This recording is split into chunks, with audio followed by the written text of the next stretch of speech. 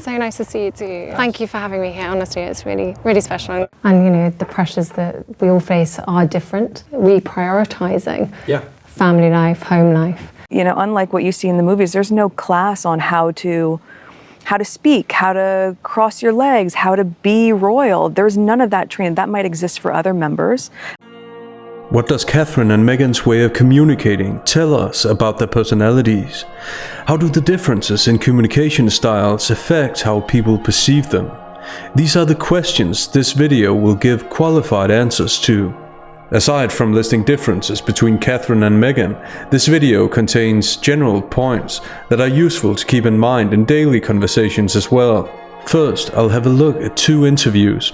The first one being Catherine's video interview with Roman Kemp, and the second one being one of Meghan Markle's podcast interviews. The 2 interviews are comparable in that they feature Catherine and Meghan in conversations with other celebrities about a cause they have. Along the way, I'll compare my findings to Meghan and Harry's engagement interview and interview with Oprah. Make sure you have a glass of water ready, because things are about to get spicy. If you like the video, click the like and subscribe button. We've got a lot of work to do. Let's get to it. As most of you know, I like to get technical. Maybe too technical sometimes. The best way to get technical is to have a brief look at celebrity branding. And yes, I promise it's gonna be brief. Maybe. Ideally, celebrity branding helps the celebrities spread their messages to as many people as possible. In order to do that, the celebrity must have a high source attractiveness and source credibility. Source attractiveness has little to do with looks and everything to do with behaving, or as is unfortunately also the case, acting in a way that advances likability and similarity, making people identify themselves with the celebrity. Source credibility has to do with people's perception of the celebrity. What do we know about them? What's their track record? Do their morals correspond to their actual behavior? In regard to source attractiveness, we can look at concepts like similarity and familiarity. Does the celebrity dress like us, talk like us, behave like we would in a similar situation? There needs to be consistency on a linguistic and audiovisual level, meaning everything from the mise en scène to the words the celebrity uses must be aligned. Mise en scène, which is a funny word to try to pronounce by the way, refers to everything in front of the camera, like lighting, clothing and camera angles. In short, in order for a celebrity to build their brand identity, they must have a good brand image, because the image determines the identity, good or bad. And right from the get-go, there's a vast difference between Catherine and Meghan in this respect. But why? Let's find out. Hello, good morning. How are you? Really well, thank you. You okay? How are you doing? Good to see you. So nice to see you too. Thank you for having me here. Honestly, it's really, really special and great to see you again in person. No, likewise. Shall we go? Absolutely, Let's yeah, I'm in go. your hands. Great. On this channel, we rarely use the word organic unironically. Analytically, however, this word can be used to describe this greeting sequence that contains all the necessary components of a good interaction. Both parties show interest in talking to each other, and more importantly, listen to each other. Ever been in a conversation where the other speaker really just wanted to talk about themselves? Not in this video. Of course, there's a storyboard with most of the camera angles, and most likely a lot of pre-written statements. But the important thing is to make it look natural, and the chemistry and slight nervousness between Catherine and Roman makes that an easy task. They're both a little shy, which can be considered cute, to use a word I'm not entirely comfortable with. The sound is purely diegetic, meaning it originates from the surroundings. Examples of non-diegetic sounds are speak and background music. The diegetic sound adds to the natural feel of the first 20 seconds. Filmmakers know that the first seconds are crucial in establishing the viewer's first impression of the characters, in this case real people, pretending to meet for the first time, because, of course, Catherine and Roman have said hello to each other before this take. Catherine thanks Roman for having her there, so she makes the perspective clear from the start. She's the one, quote-unquote, intruding on Roman. This lets the viewers know that she's there to have a conversation with him and listen to him. Because of the snobbish reputation that royals can sometimes get, they're interested in showing the more humble aspects of their personalities. And as we see, Catherine's dressed in everyday clothing, which matches Roman's everyday clothing, and the informal nature of the conversation they're about to have. It's so lovely to have a chat with you, and I know how passionate you are about mental health, and you've gone on your own journey, haven't you, around so discovering what it is. Exactly, and how we can support not only ourselves but each other as well. Well, that's it. I kind of have got into this world in a way that no one really should do. What it is. What Catherine's doing here is called lexical reuse, repeating the other speaker's words. This happens hundreds of times in conversations. Unlike social media interactions where people feel like they can write anything because they're anonymous, almost all face-to-face interactions are geared towards politeness. Except for heated debates, of course. We're supposed to be grown men here, and you're making faces. It's an analogy of your body. It's just. Not that your aspirin point wasn't. Not that your aspirin point wasn't genius. It's not as crazy as what he's saying, but it's not true either. Well, how is it that people ever cease to be addicts if what you say is true? Well, Santa. Lexical reuse is a way of showing the other speaker that you've heard them and that you're acknowledging what they're saying. And everybody likes to feel acknowledged, except for this guy. With this lexical reuse, Catherine's showing Roman that it's okay for him to define what they're talking about and that she's all ears. Roman then goes on to talk about how the loss of a friend got him to focus on mental health. You know, this is what always fascinates me. Boys and guys especially, we're so quick to tell one another, you know, oh, you should be doing this in the gym. But when it comes to therapy or having certain chats, everyone shies away from it. Exactly. So everyone cares about you and takes a lot of time over their physical health. Yeah. So find it much harder to not only talk about their mental health, but actually understand ways in which we can also look after it. 100%. With her way of looking at Roman, agreeing with him and summarizing or elaborating on what he says, Catherine shows cooperation. Cooperation's the cornerstone of every comfortable conversation. Acknowledgement tokens like oh, yes and okay plus gaze help the process along. It's not much fun asking, wanna hear a story, and not having the other speaker say anything. You wanna hear a story?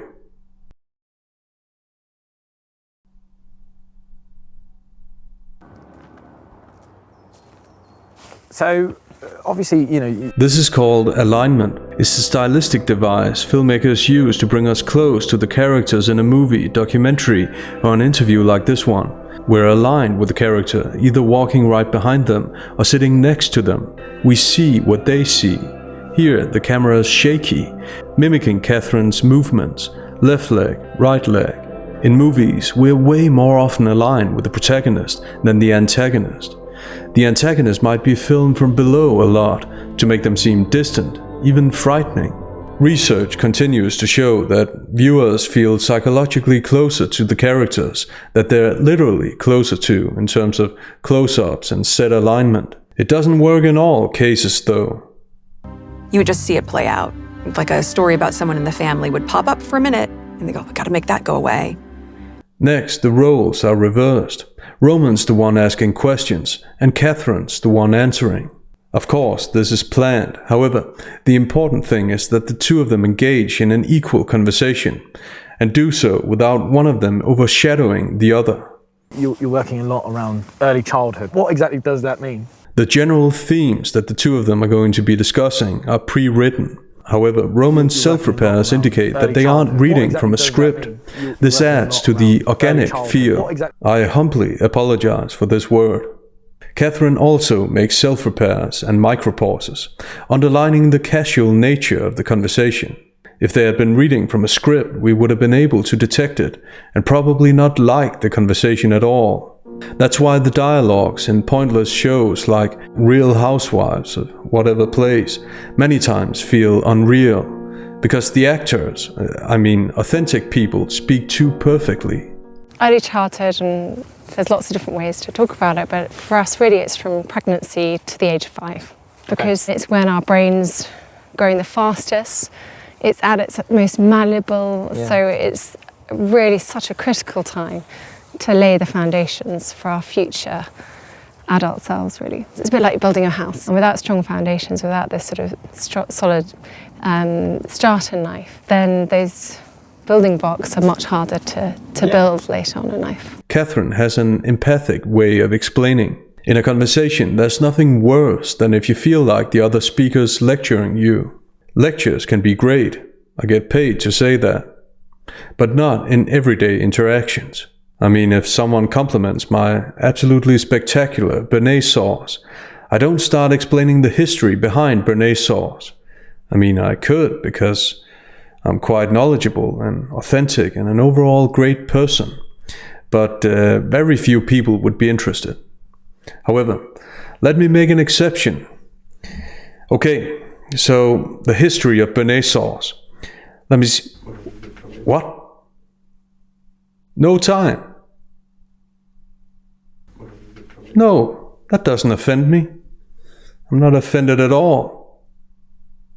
Catherine looks at Roman while explaining, and she makes pauses that anticipate acknowledgement tokens. Rather than just speaking in monologues without looking at the other speaker, this behavior makes it easy for Roman to cut in, elaborate on what Catherine's saying, and throw the ball back to her.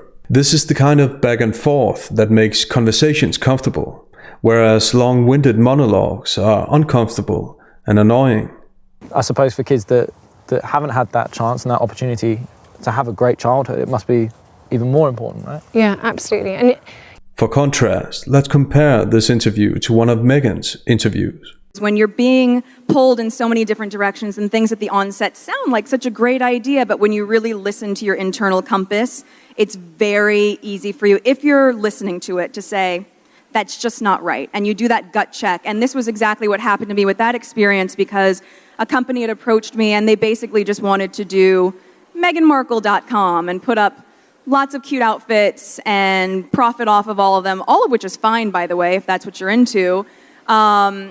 But for me, there was so much more that I wanted to share, and I really do have an organic and deep love of travel and of food and also of writing. You know, I love writing these think pieces and op-eds about self-empowerment on the site.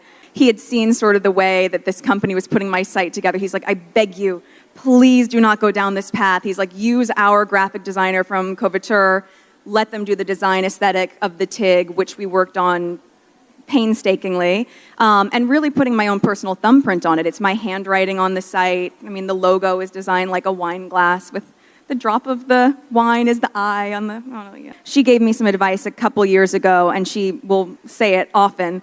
She calls me Nutmeg, but she'll be like, Nutmeg, just leave room for magic. 4 days later, I got an email from one of the highest executives for UN Women saying they wanted to work with me. This comparison shows that Meghan's fine with listing all of her accomplishments without acknowledgement tokens from the interviewer. This is a monologue, not a dialogue. In one of Catherine's few TV interviews, we see how dialogue is central to her. It's central to her to make sure that the other speakers, even if they're interviewers, join the conversation. Thank you so much for joining us. How are you coping in this strangest of times? Not at all. Fine, thank you. It's extraordinary. I'm sure you're experiencing the same yourselves and your families and things, but no, we're fine. Thank you for asking. How are you? How are both your families? And I really hope that through a project like this, we might be able to showcase some of those stories and to document and share a moment in time, I suppose, that we're all experiencing. The dialogue continues in this final scene. I'd love to hear a little bit about your childhood and what was it like? Genuinely, I always say that the best part of my life is my family. And it has shaped who I am, 100%. Yeah. And this is the thing, is that every family is different. Yeah. And the pressures that we all face are different. Whilst raising the importance of early childhood, this isn't about putting extra pressure on families. It's actually saying they need the support and the help. It's just making sure they have got the right emotional support around them, and that comes from the adults in their lives. And love goes a long way. Yes.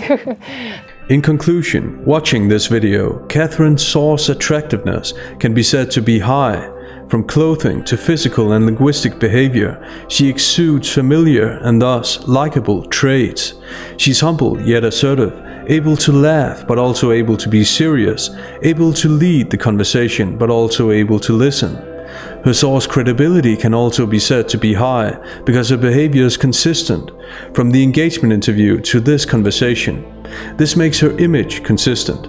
People understandably like consistency because consistency leads to people trusting the celebrity in question. Meghan, on the other hand, has struggled with being perceived as consistent. She and Harry went from praising the royal family to criticizing, maybe even ridiculing them.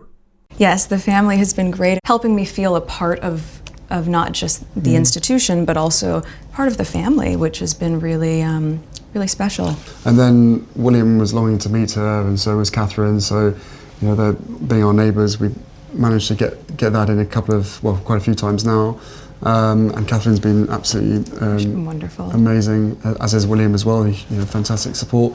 When someone who's marrying in, who should be a supporting act, is then stealing the limelight or is doing the job better than the person who was born to do this, that upsets people. It shifts the balance. There was negative briefing from the palace against Harry and Meghan to suit other people's agendas. And driving up, and he said, "You know how to curtsy, right?" And I just thought it was a joke.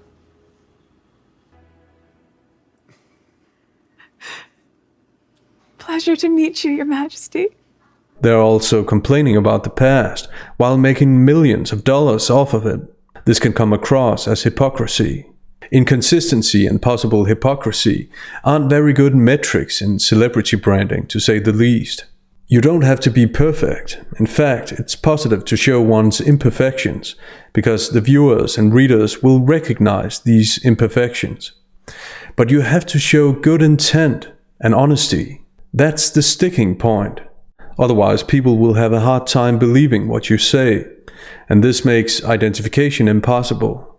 Identification is key when it comes to source attractiveness. In comparison then, let's observe how Meghan speaks about the causes she's concerned with, using the same model.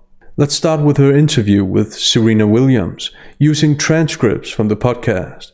Meghan says her podcast is about the labels and tropes that try to hold women back, and that over the course of the next dozen episodes, we're going to live inside and rip apart the boxes women have been placed into for generations, boxes like diva and crazy. Even if what Meghan says were true, the framing of this intro has a negative tone to it.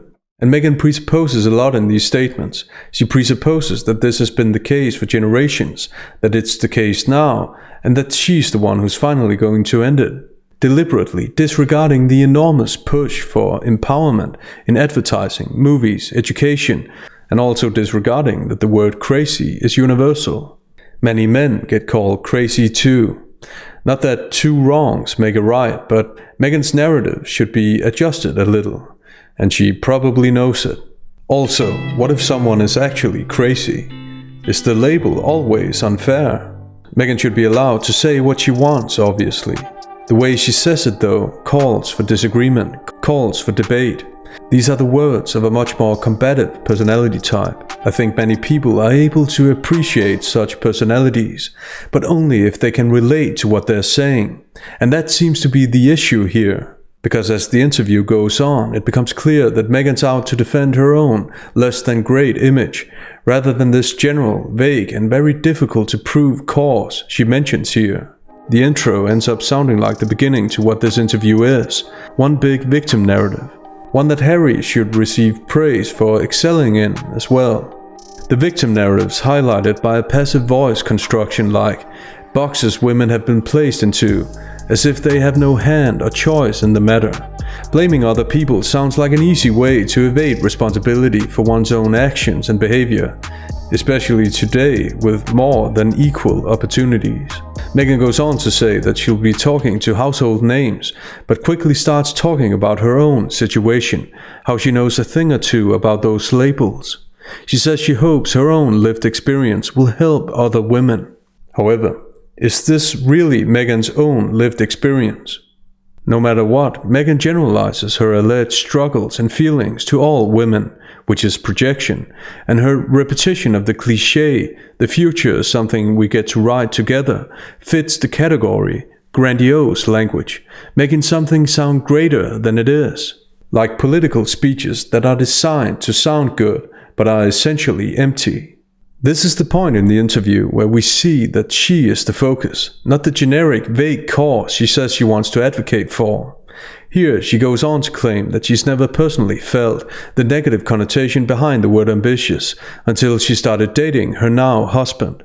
For reasons that are as obscure as keeping The Daily Show going, now husband has become synonymous with everyone's favorite prince, Harry. Meghan's been criticized a lot. She's never been criticized for her ambition, not once. This is her alleged interpretation of the negativity she's faced. An interpretation that sounds a lot more like a combination of damage control and wishful thinking than a sincere explanation of the criticism. On the contrary, it's quite odd that she herself links the word ambitious to dating Harry. The way she phrases it, she almost makes it sound like the critics were right about what her motivations really were. According to the model we're working with, all of this is extremely damaging to her credibility. On top of that, she has a negative family history, being at odds with her father and half-sister, with the royal family. In the documentary, she let other people make her case. Meg became this scapegoat for the palace, and so they would feed stories on her, whether they were true or not, to avoid other less favourable stories being printed. And in the Oprah interview, she was okay with speaking negatively about Catherine. She pretended to not want to talk about it, even though she knew every single question she was about to be asked. Did you make Kate cry? No. So where did that come from? Was there a situation where she might have cried or she could have cried? No, the reverse happened. She did what I would do if I knew that I hurt someone, right? To just take accountability for it. A few days before the wedding, she was upset about something. It made me cry, and it really hurt my feelings. Many people are skeptical of celebrities or anyone who are public about what someone allegedly did to them, especially when it's something insignificant, difficult to prove, and the other party in the feud hasn't said anything. And people especially don't like it when said person blames anything and everything but themselves. Meghan's prepared to use any excuse she can, and Harry doesn't always seem all that on board with it. And I wrote letters to his family when I got there saying, I am dedicated to this. I'm here for you. Use me as you'd like. There was no guidance as well, right? Mm-hmm. There were certain things that you couldn't do, but unlike what you see in the movies, there's no class on how to speak, how to cross your legs, how to be royal. There's none of that training. That might exist for other members. Nobody prepares you. But even down to like the national anthem. No one thought to say, oh, you're American. You're not going to know that. That's me late at night Googling. In terms of attractiveness, Meghan's statements reveal a high level of egocentricity. The focus is her and what she felt, not how she made and is making other people feel. Same as Harry. Recently, you lost your grandmother. Did she ever express that she was upset at you? For what? For what? But first, there needs to be conversation and accountability. And if that doesn't happen, then that's very sad. But I will focus on my life. Many people are able to look past certain behaviors and statements if the celebrity admits what he or she did wrong. Here, however, there's no hint of introspection, and at this point, it's too late. The combination of lack of personal accountability and blame shifting isn't attractive. In her podcast with Serena, Meghan keeps talking about herself through Serena. She says, Serena, my little mermaid, she's going to continue to do great things, to be ambitious, and I think that's a beautiful thing. Meghan pats herself on the back here, because going on to be ambitious, however she defines this word, is exactly what she intends to do. She calls Serena a mermaid, a word she used to refer to herself in the Oprah interview. She's using this reference as if it's positive. However, considering The Little Mermaid is a fairy tale, the reference actually points to unrealistic expectations going into the marriage, and maybe deliberately unrealistic expectations that she knew she wasn't going to stay for long. We can't know Harry and Meghan's real intentions with the marriage. In his interview with ABC, Harry talked about it as a missed opportunity. I think my mother would realise the missed opportunity with Meghan being part of the institution, part of the monarchy.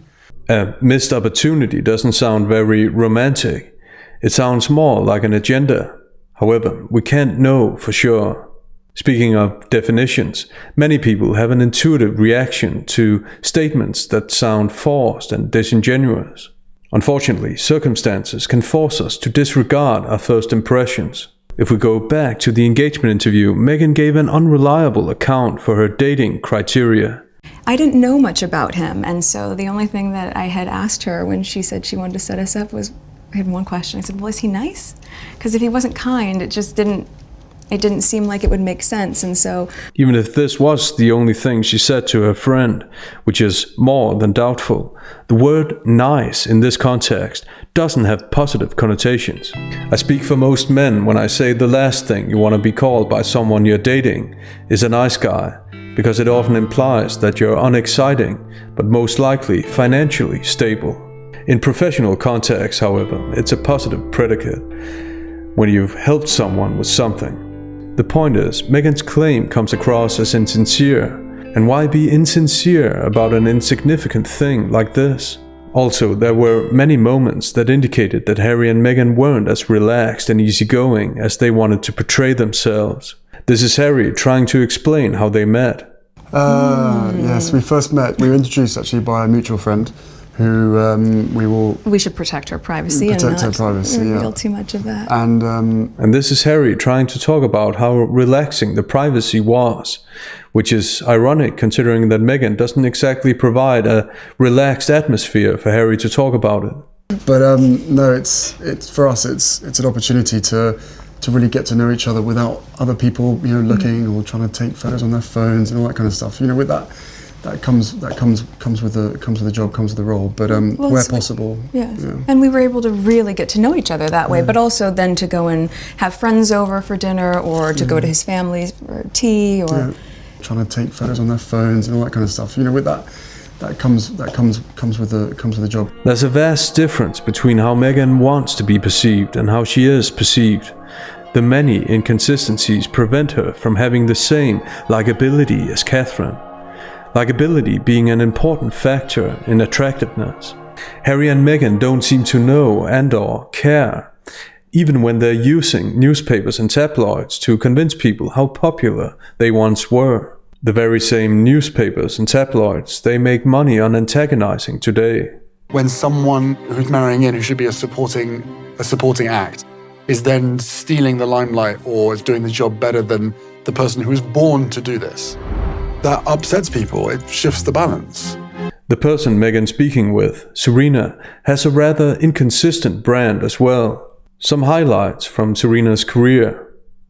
Don't pick on me. I'm sick of you picking on me. In fact, unless you're giving me a warning, don't talk to me. It's set. I'm not sure if you've ever seen me walking down the hall look the other way, because you're out of control. You're out of control. Totally out of control. You're a hater, and you're just unattractive inside. And here's Serena describing herself today. She says she's thoughtful, compassionate, and funny, and that she listens to people.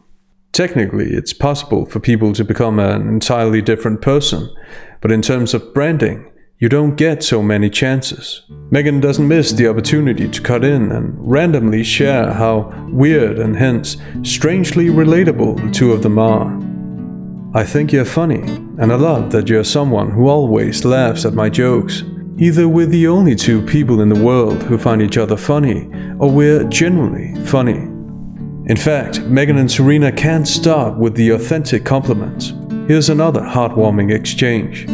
Serena, I think you're fearless. You're way more fearless than I am. Meghan, that is so not true. Serena, that's absolutely true. You're fearless. When we add this to the many times Meghan makes sure to emphasize that Serena is her dear friend, a somewhat strange thing for friends to do, but don't tell anyone I said so, it doesn't sound inauthentic at all. And it sure doesn't sound like Meghan's trying to guide people's perception of her. because that's not what she has a well-established history of doing. It was at that moment that I realized the magnitude of my actions. Just proof. Proof that I was there. And proof that I belonged. Practically all celebrities want to be perceived as friendly, easygoing and relatable. However, before such an image can be obtained, people have to perceive the celebrity as authentic and well-meaning. This isn't to say that one is perfect and the other has no positive qualities at all. These aren't cartoon characters. But it does mean Catherine and Meghan have vastly different ways of portraying themselves and portraying their causes. And these differences make sense when applying the celebrity branding model. A staggering 75% of the people who watch this channel haven't subscribed. Luckily, there's still time. And click the notification bell for all updates. This allows me to keep making videos you want to see.